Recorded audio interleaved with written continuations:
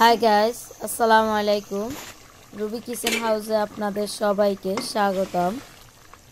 আমি এখানে মোরগ রান্না করতেছি। এখন এই মোরগটা দিয়ে আমি সিদ্ধ চাল দিয়ে খিচুড়ি রান্না করব। এভাবে মোরগ রান্না করে আপনি ফ্রিজে রেখে দিতে পারেন।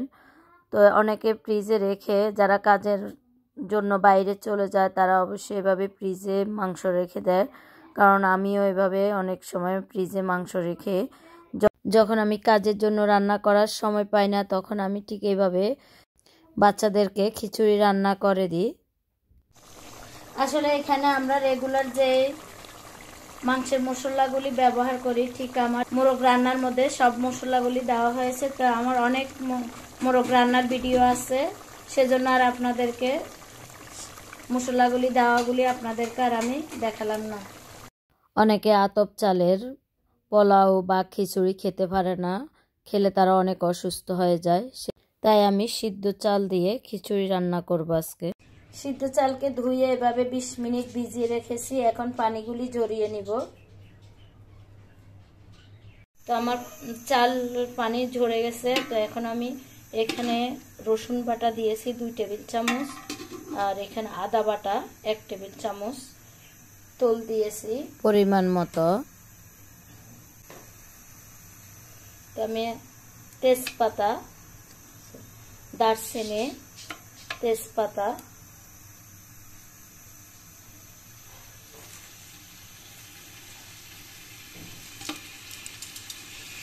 এগুলি আগে হালকা একটু ভেজে নিব।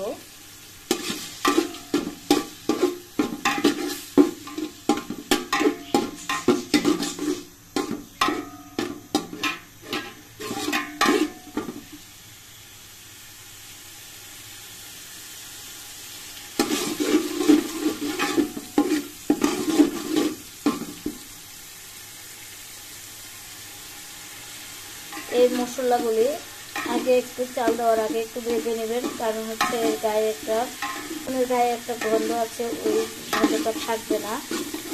পোলাও থেকে সুন্দর একটা গ্রান বের হবে।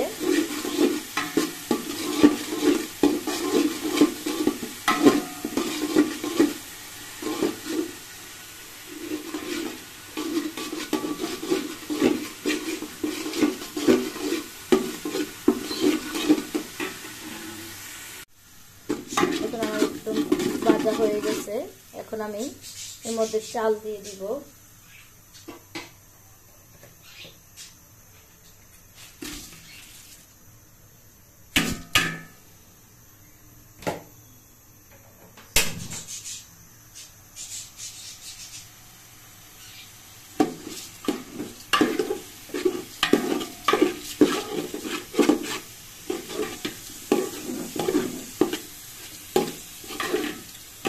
এই চালটাকে আমি 5 মিনিট ধরে ভেজে নিব। চাল ভাজার সময় আমি এখানে 1 চামচ লবণ দিয়েছি। এখন আমি এর সাথে অ্যাড করব গরম পানি।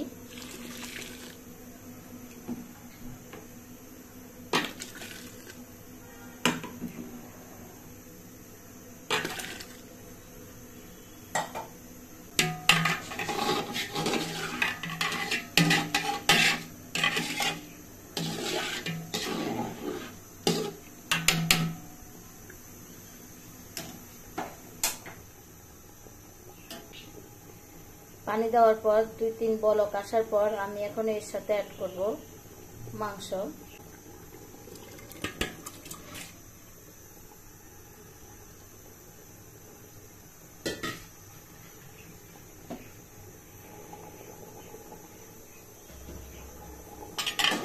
দেখুন এভাবে ভালো করে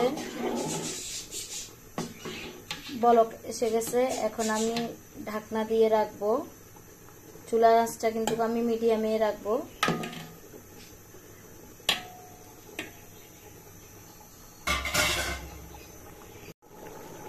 তো আমি 1 মিনিটের মতো বলক আসার পর আমি এখন এর মধ্যে দিয়ে দিচ্ছি বিরিয়ানি মশলার গুঁড়ো 2 চামচ পরিমাণ, সাথে অ্যাড করতেছি এই মশলা গুঁড়োটা। এটার সাথে জিরা, দারচিনি, তারা মশলা এগুলি মিক্সড করা আছে। তো আমি এটা 1 চামচ দিয়ে দিলাম। আমি আবারও একটু ভালো করে নেড়েছে চুলার আঁচটা কমিয়ে দিব। চুলার আঁচ বেশি জোরে থাকলে পাতিলের নিচে লেগে যাবে। আমি আবারও ঢাকনা দিয়ে রাখবো।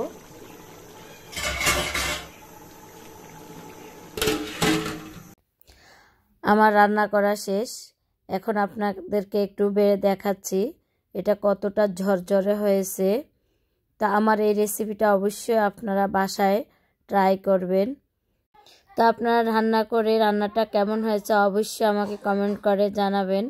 আমার চ্যানেলটি সাবস্ক্রাইব করবেন, লাইক দিবেন, বন্ধুদের সাথে বেশি বেশি করে শেয়ার করবেন। তো খিচুড়ির সাথে একটা ডিম হলে আরও বেশি ভালো লাগে, সালাদ এর সাথে থাকলে আরও বেশি ভালো লাগে। তো সবাই সুস্থ থাকবেন, ভালো থাকবেন। আল্লাহ হাফেজ।